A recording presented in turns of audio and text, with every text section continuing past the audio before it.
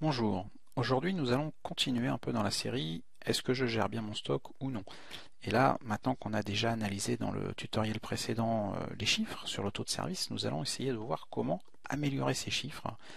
Donc je disais la dernière fois que la moyenne était de 95%. Beaucoup de pharmacies arrivent à 98%, donc c'est faisable. Alors nous allons pour cela aller en achat, statistique list, état de stock et liste des ruptures de stock. Même chose que la dernière fois. Pour ceux qui ont l'ancienne version, la liste des ruptures de stock est directement en statistique list. Donc là, il suffit, alors, parce que si vous êtes le 2 du mois, vous modifiez les paramètres pour mettre le mois précédent, on reste à l'écran, famille, hop, entrée, entrée à chaque fois, et on valide.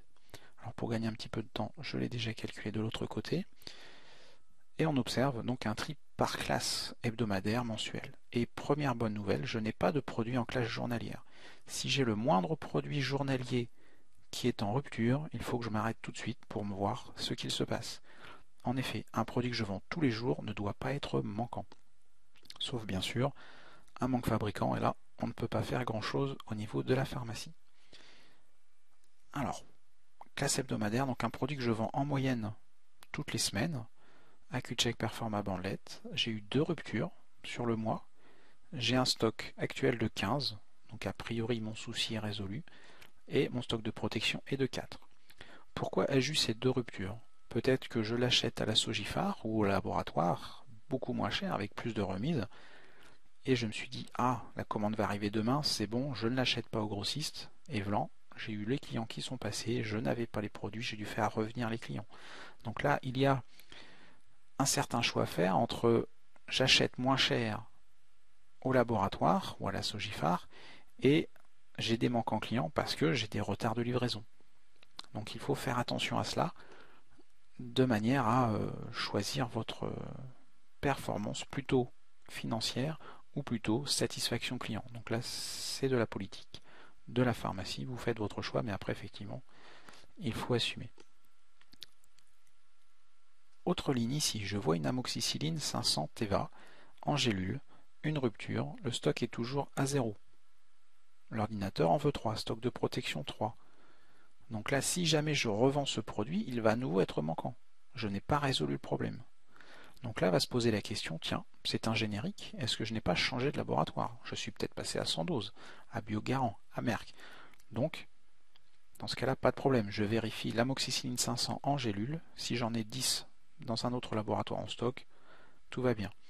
Après, on va s'interroger sur le jour de la vente. Que s'est-il passé ce jour-là? Pourquoi n'ai-je pas proposé un autre labo? Je n'en avais peut-être pas d'ailleurs, parce que j'avais peut-être ce même retard de livraison que pour les AccuCheck.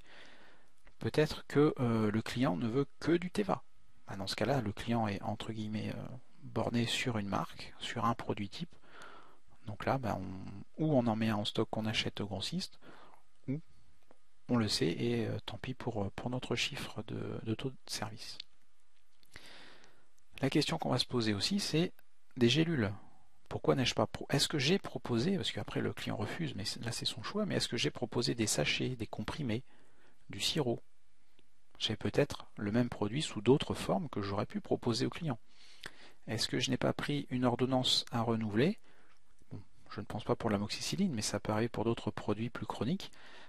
Est-ce que je n'ai pas pris une ordonnance que j'ai renouvelée informatiquement sans vérifier que je n'avais pas d'autres équivalents en stock?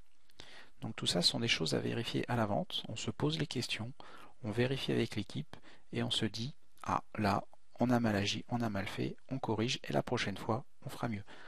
Et assez facilement, on passe au-dessus des 95% de taux de satisfaction. La patch, j'ai eu une rupture. Là, j'en ai 28. Donc j'ai effectivement beaucoup de stock. J'ai eu une livraison, donc toujours l'histoire de le retard de livraison. Peut-être aussi que j'ai fait une vente exceptionnelle. Je peux très bien avoir fait ce jour-là vendu 10 boîtes. Peut-être que de temps en temps on a une vente exceptionnelle. J'ai en moyenne 5 boîtes en stock et ce jour-là, pas de peau, il y a un client qui est venu, il en fallait 10. Nécessairement, c'est la vente exceptionnelle. On n'y peut pas grand-chose à moins de faire un surstock, mais bon, en général financièrement, ça ne va plus. On va s'interroger comme ça sur toutes les lignes, puisque la classe hebdomadaire, Si j'arrive à supprimer tous les produits hebdomadaires de mes manquants, j'atteins à ce moment-là les 98%. Donc n'hésitez pas à fouiller cette liste qui est riche d'enseignements. À bientôt.